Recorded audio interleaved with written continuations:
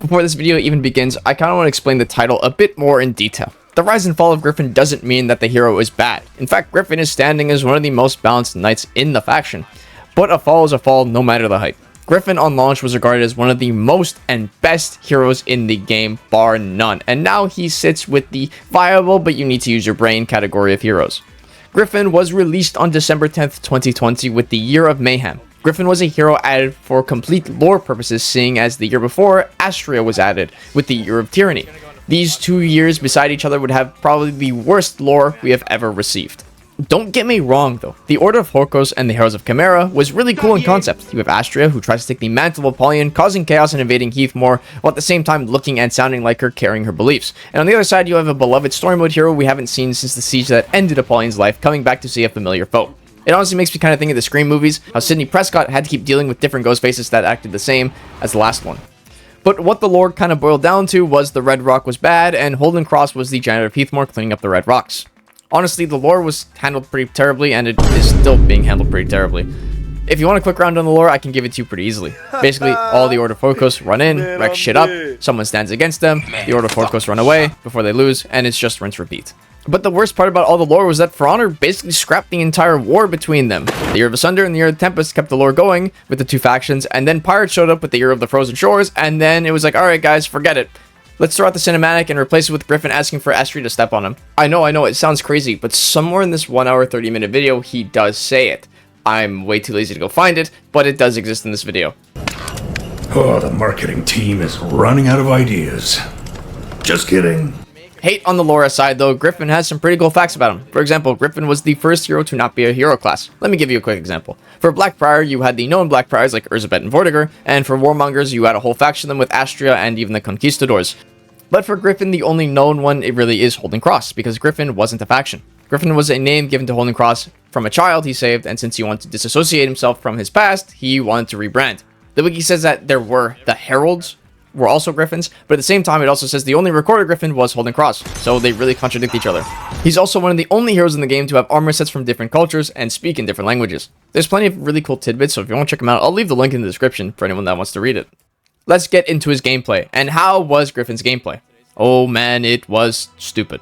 From overpowered bashes to terrible and reused animations all over the place and insane damage numbers, Gryphon would be regarded as one of the easiest heroes to play for a long time. And keep in mind, Heat to Carry existed during this time. Gryphon was one of the very few heroes to ever have a neutral bash, and now before I get all those comments saying that a lot of people had neutral bashes, let me clear the air. Neutral bashes and open air bashes are completely different. Open air bashes require a dodge input to work, and neutral bashes usually require holding backwards to work.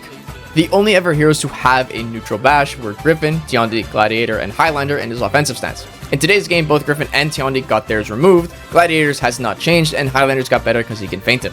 Afira would also be added to the game with her neutral feintable bash of her own, which is probably one of the strongest bashes in the game.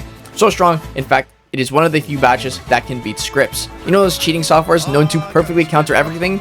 Yeah, it beats that.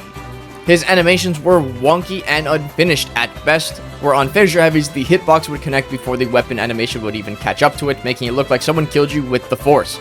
And his damage was absolutely bonkers, where after 2 to 3 kicks from his finisher bash, it just meant you were dead. Gryphon was so easy, in fact, the community gave him the nickname the Monkey Hero. And no, it wasn't racist. It basically meant that the hero was so easy, monkeys could play it. Still don't believe me? YouTubers would go out of their way to play him completely fucking blindfolded and still win games. Imagine playing your heart out on a below average hero like Lawbringer for the time, sweating your life into this one duel game, and someone who literally can't see was doing this and winning. Yeah, let's go. Gryphon would be the fastest hero to ever catch a nerf in For Honor history, only lasting like this for around 4 months. And before I get those comments saying 4 months is a long time, I want you to keep in mind that Ocelots has existed in this game for over a year. More than that, and has not received a single nerf to this day.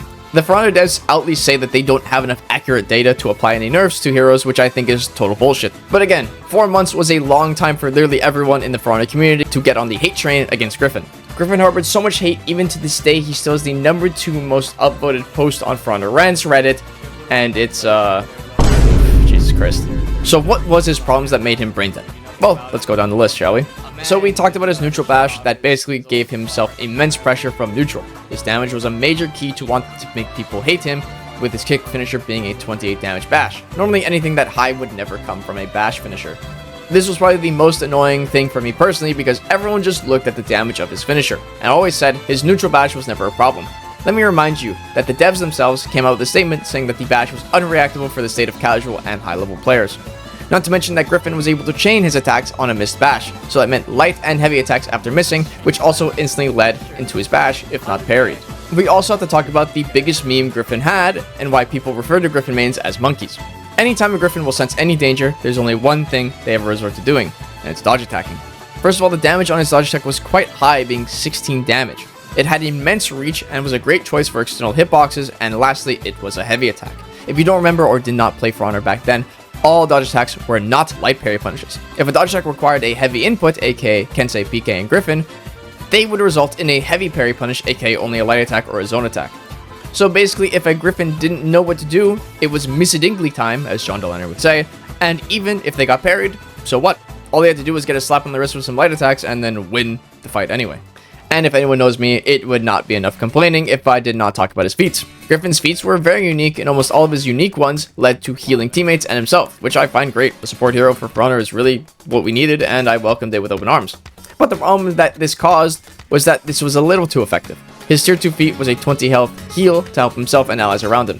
So, at the push of a button, Gryphon could heal a total of 80 HP, combining himself and his teammates with literal frames. And his Draconite crossbow was extremely problematic. This also had the same effect where it could heal 20 HP or on the long radius, but that's not just it. The crossbow dealt 30 damage on top of it, being extremely hard to react to, being a 400 MS ranged feat. This led to problems where if anyone had a ping over 80, this would warp the animation, basically making it look like he got shot before he even pulled the crossbow out.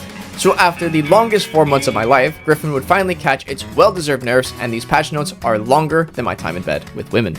His dodge attack damage would be reduced from 16 to 14, also removing his ability to delay it like Shaman can in the live game. His kick would follow suit and have his damage reduced from 28 to 24. And to my joy, his bash would be, as the community called it, gutted, but I call it justified nerfs. His bash would be moved to a dodge forward input, his chain on miss would also be removed, and it costs more stamina to do so and would no longer pause enemy stamina regeneration. I cannot describe to you how happy I was reading these notes. All I can really say is I had to clean up my monitor because it was all over the place, and by it, I mean my cup. Later down the line, Gryphon as well as anyone with a heavy dodge attack input would get a pseudo nerf to now have all dodge attacks be light parries, making them way riskier to rely on. There would be so many more minor quality of life changes to add to Gryphon down the line, like making his dodge forward light enhanced, but Gryphon community could not stop crying that their girl wasn't overpowered anymore. So where does that leave Gryphon today? Is he as bad as every Gryphon main says he is? No, not at all.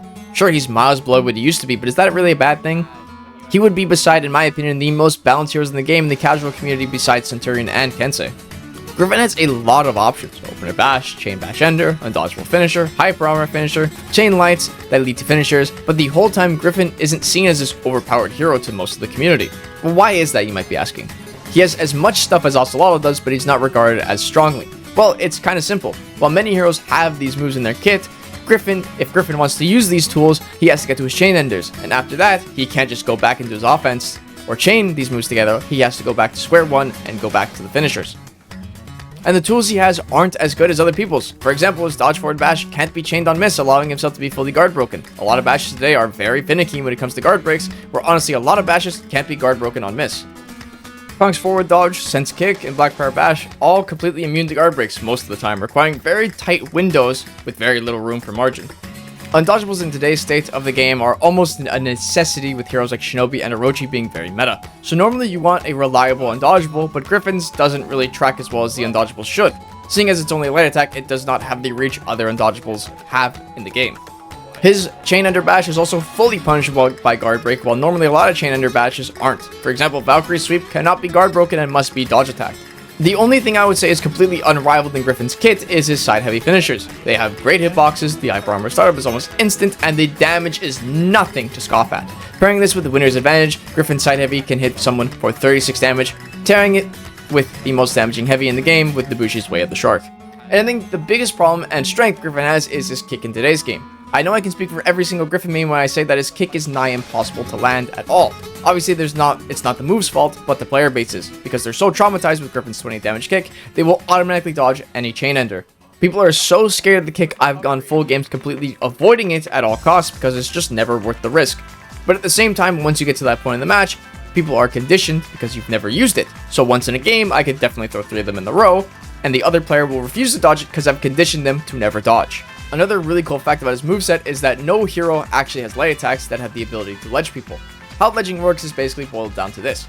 If your back is close to a ledge and you get hit by anything with heavy hit stun, you will fall off the ledge. So heavy attacks, zone attacks, bashes, or guard break throws will throw you off a ledge. All these moves have heavy hit stun. But light hit stun does not hold the same property, and if you can put 2 and 2 together, the only real moves with light hit stun are light attacks. But Griffin's Chain Light has heavy hit stun properties, allowing them to ledge.